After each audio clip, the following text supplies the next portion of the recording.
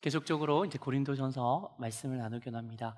사도 바울은 이게 교회 안에 분당을 나누어서 다투고 이제 싸우고 있는 고린도전서 고린도 교회 성도들에게 계속적으로 우리가 왜 분당을 하고 서로 싸우면 안 되는지에 대해서 다양한 말씀으로 다양한 각도로 이제 말씀을 합니다.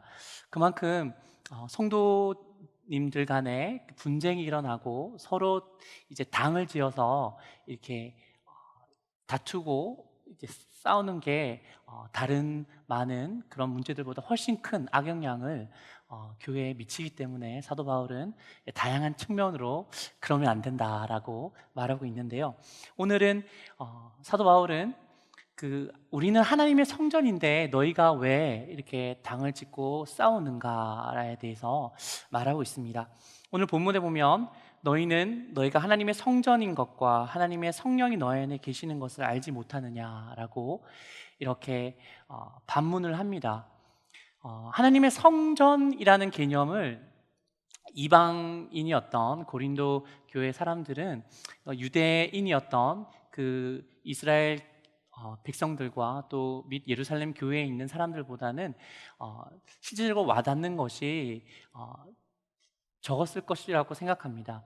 그래서 그럼에도 불구하고 사도 바울은 하나님의 성전이 누구든지 하나님의 성전을 더럽히면 하나님이 그 사람을 멸하시리라. 하나님의 성전은 거룩하니 너희도 그러하니라 라는 말씀을 하시면서 너희는 하나님의 성전에 존귀하고 거룩한 자이니까 절대로 그렇게 세상이 하는 그런 모습을 본받으면 안 된다라고 사도 바울은 말하고 있습니다. 우리 성도님들도 이제 3장 16절 말씀, 우리가 하나님의 성전인 것과 하나님의 성령님께서 우리 안에 살아계신다는 것이 얼마만큼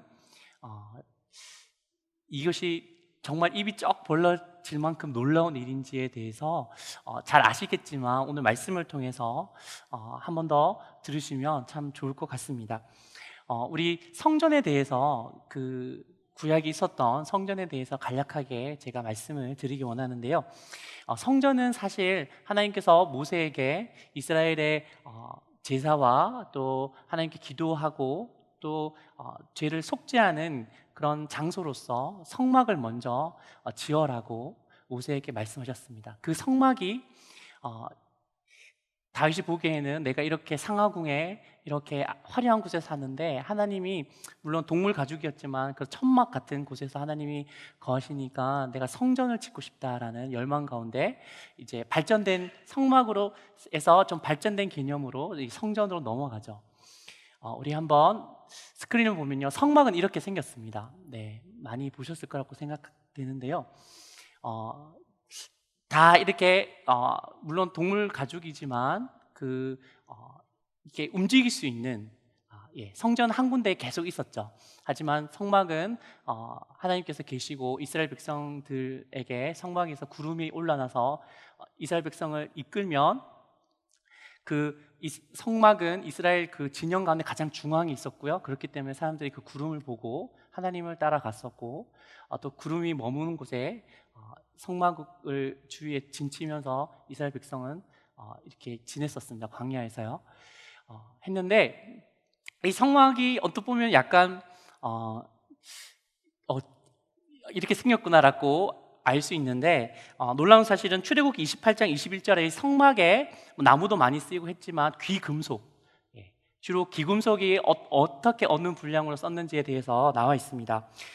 그 내용을 제가 잠시 읽어드리면요, 이 성막 가운데 금 29달란트와 730세겔, 은 100달란트, 1775세겔, 놋 70달란트, 2400세겔이 쓰였다고 합니다. 방금 전에 본 성막에서요. 근데 이 정도 되는 이 귀금속이 현대 가치로 얼마 정도 되는 거라고 생각하십니까? 네, 그것은 한 274억이라고 합니다. 274억. 네.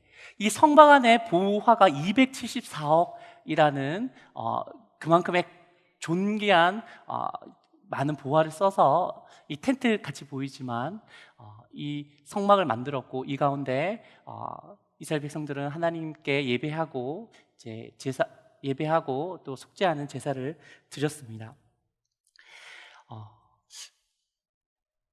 그 또 이후에 하나님께서 허락해 주셔서 다윗이 이제 성막에서 이제 성전을 짓기로 결단하고, 다윗은 짓지는 못하고 준비만 하죠.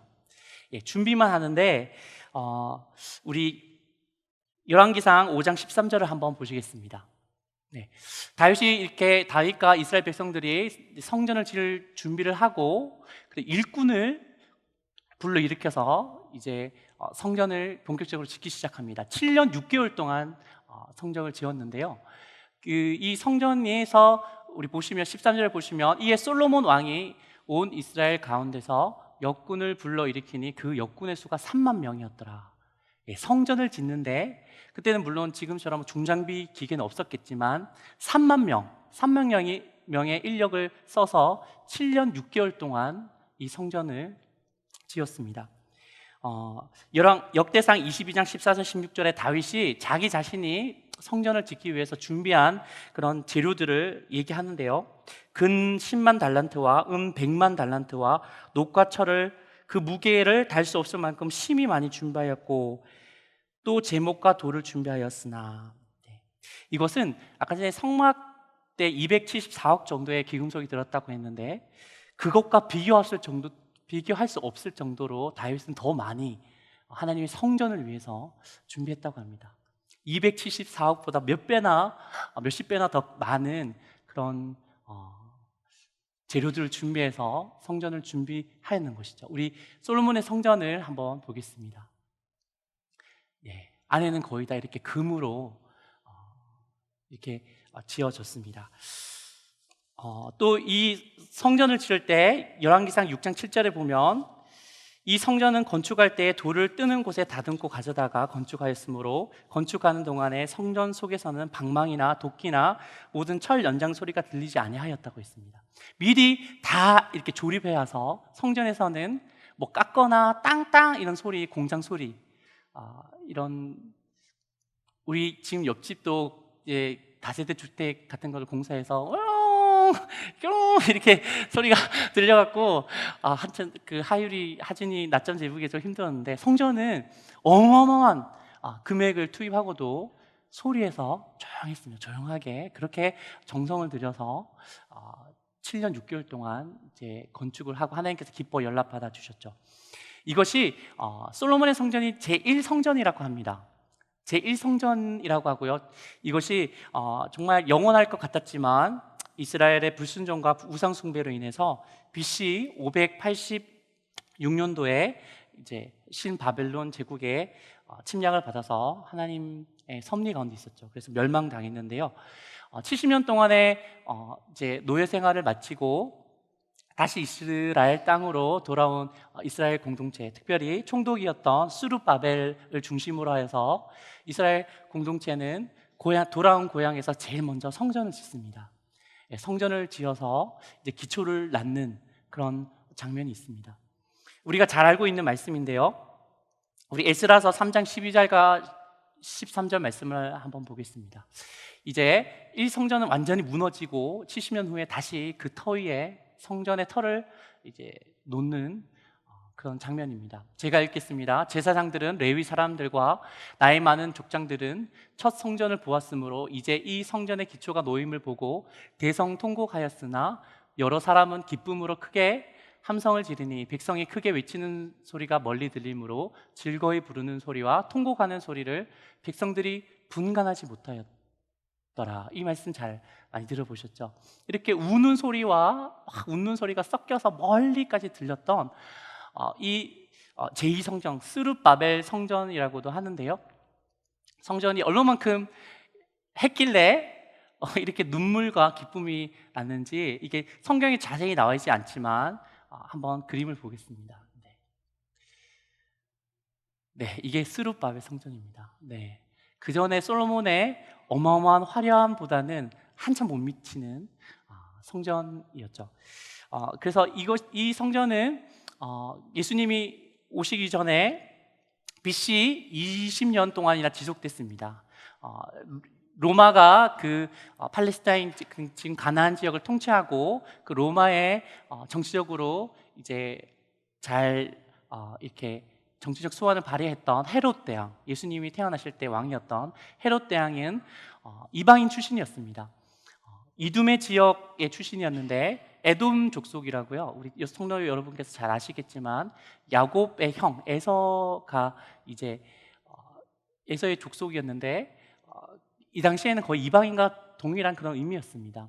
하지만 그런 이방인 출신의 헤롯 대왕이 이스라엘을 다스렸기 때문에 이스라엘 사람들의 환심을 사기 위해서 정치적인 이유가 가장 컸죠. 그래서 이 초라했던 스룹바벨 성전을 치우고 그 터에 솔로몬의 그렇게 화려했던 그런 성전보다 더 크고 화려한 성전을 짓습니다.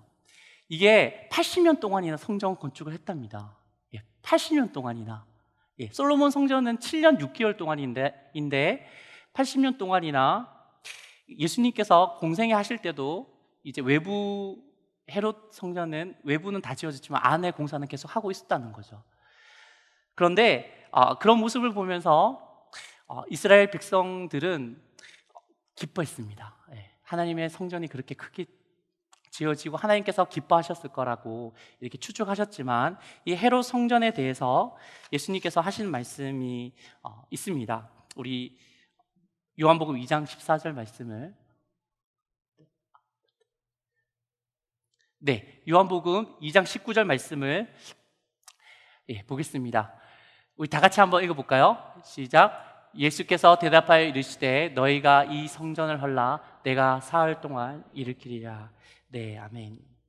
그리고 또 성전에 가서 예수님께서 비둘기 노끈으로 채찍을 만드사 양이나 소를 다 성전에서 내어 쫓으시고 돈 바꾸는 사람들의 돈을 쏟으시는 그런 장면도 나옵니다. 이 헤롯 성전은 이제 제3성전은 아니고요. 이제 스룹바벨 성전에서 이제 더 확대해서 지은 성전이기 때문에 제2성전이라고 얘기를 하는데 우리 스크린을 한번 보면요.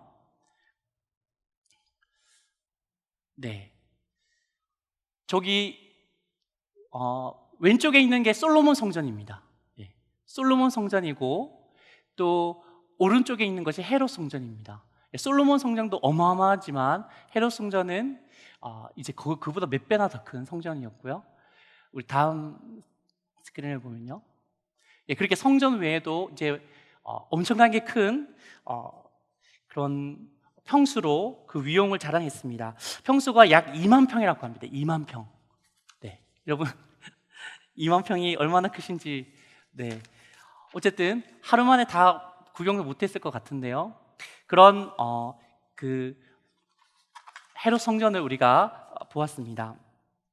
이 헤롯 성전은 AD 63년도에 다 지어졌습니다. 다 지어졌는데 몇 년 후에 무너진지 아십니까?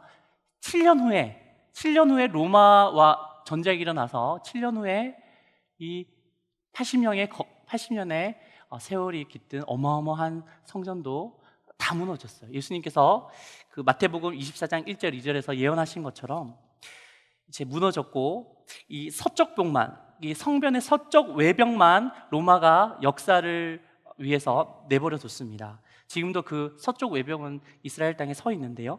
그것이 바로 통곡의 벽이라고 얘기하죠. 통곡의 벽이라고 해서 지금도 이스라엘 백성들이 울면서 기도하고 말씀을 암송하는 그런 모습을 우리 TV에서 이제 보셨을 거라고 생각합니다. 여러분, 우리가 하나님의 성전을 성막에서부터 솔로몬 성전, 스룹바벨 성전, 헤롯 성전까지 간략하게 이제 봤는데 어떤 생각이 드시죠? 성전의 이런 개념이 우리가 생각하는 것보다 훨씬 더 이제 어마어마하다는 것들을 우리가 알 수 있죠. 이제 물질적으로도 이 성전 이전의 성막만 해도 몇 백억이 되는 그런 금은부화가 투입된 그런 어마어마한 건축물이 바로 성전입니다.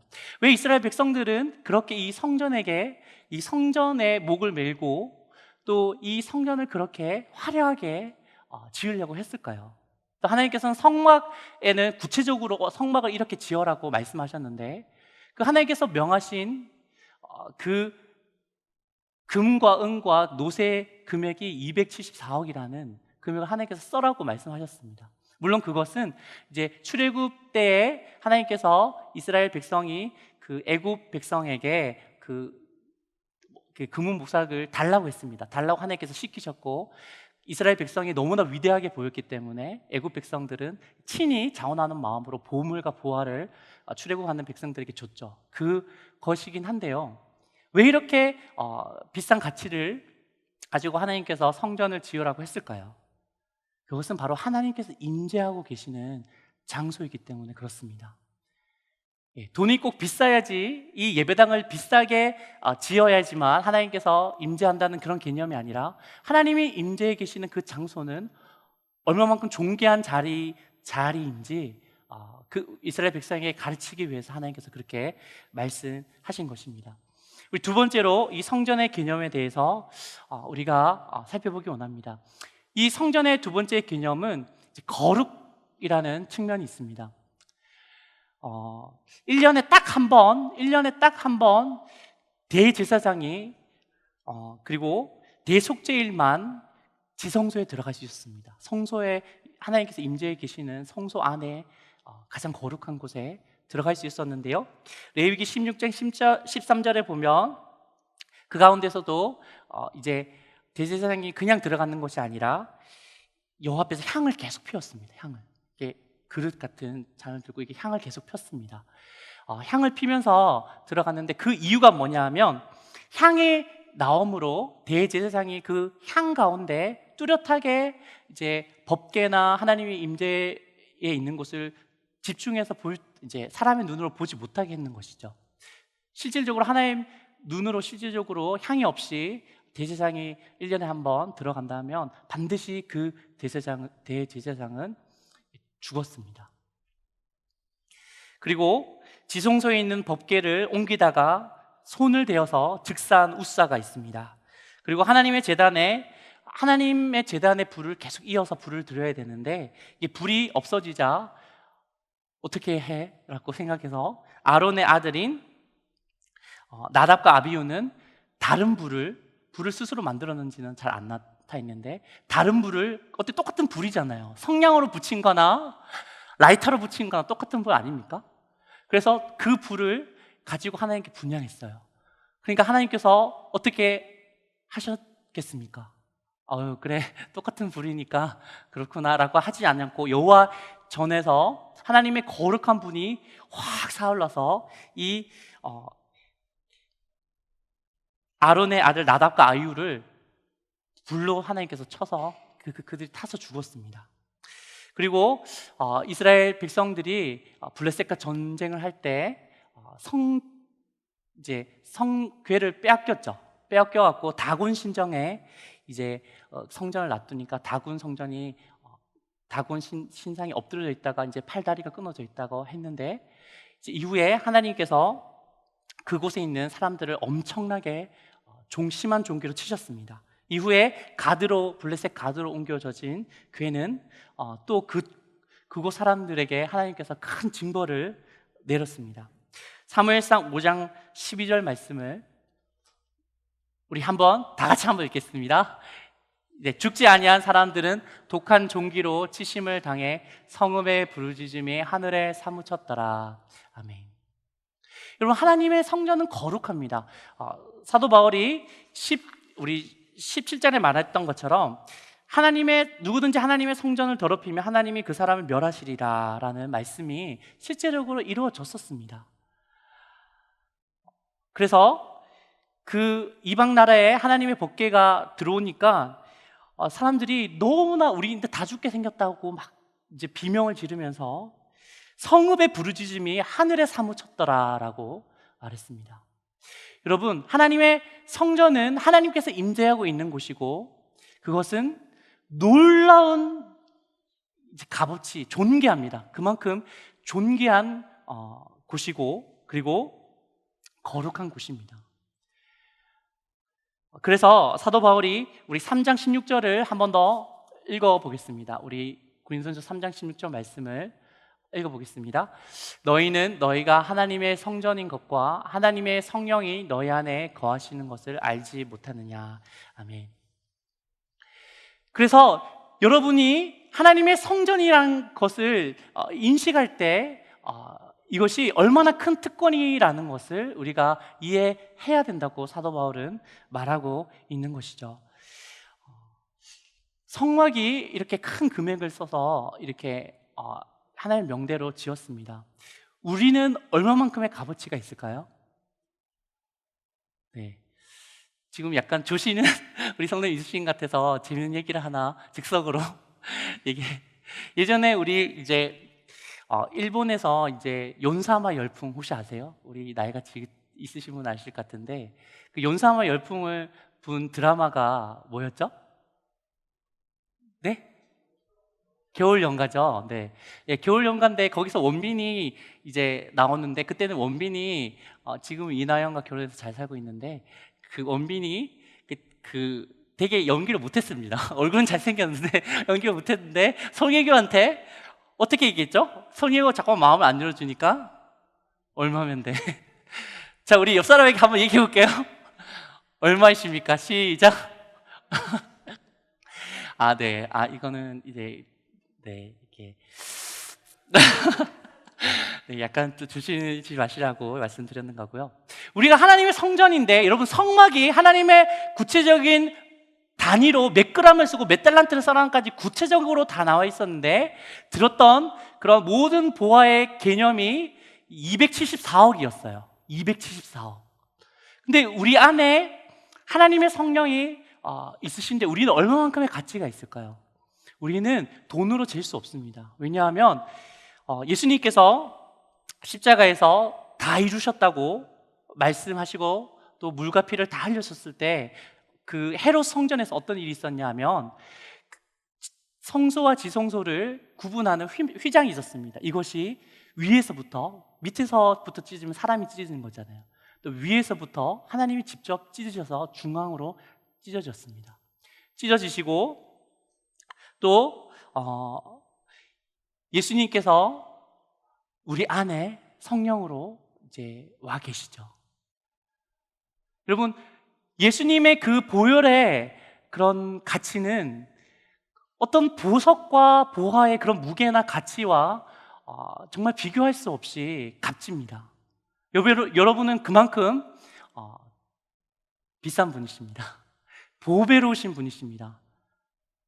그리고 여러분, 이런 것들은 우리가 많이 인정합니다. 나는 그래, 예수님께서 대신 십자가에서 죽으심으로 하나님의 성전이 되었고 내 안을 지성소로 삼아서 주의 성령께서 살아계시지. 나는 존귀한 자야. 이렇게 우리가 인정합니다. 이런 것들은 많이 들었을 줄 압니다. 그런데 성전의 또 다른 성격 중에 하나는 거룩하다는 것이죠.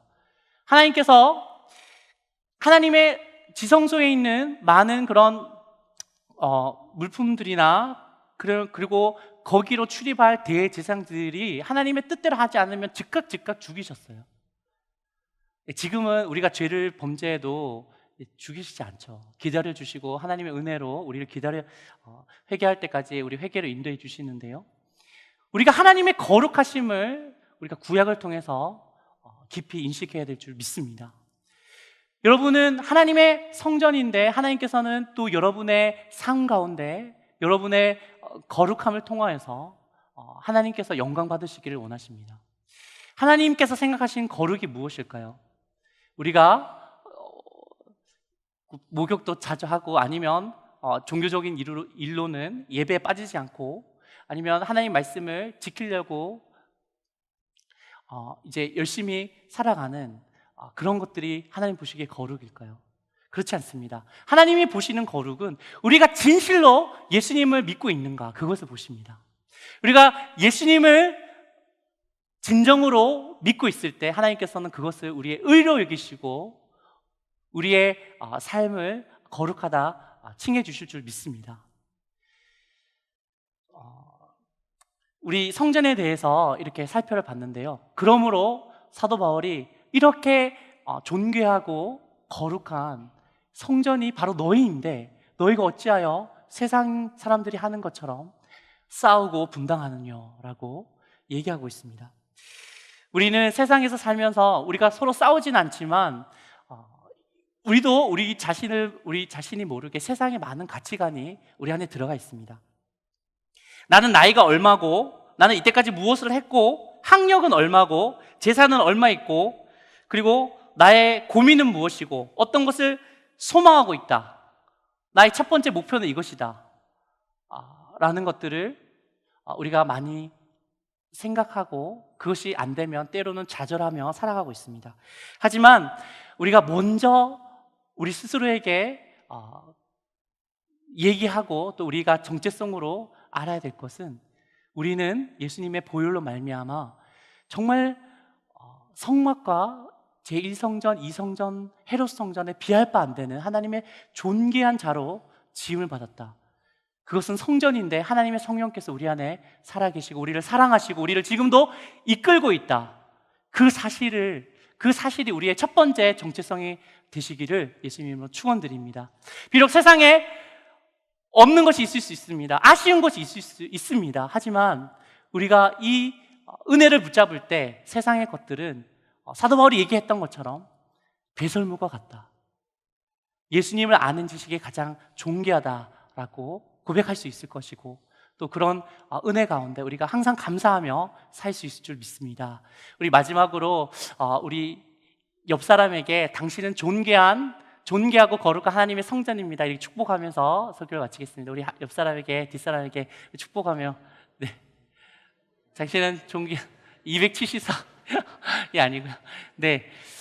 네. 우리는 이렇게 존귀한 하나님의 거룩한 성전으로 부름 받았습니다. 우리 다 같이 기도드리겠습니다.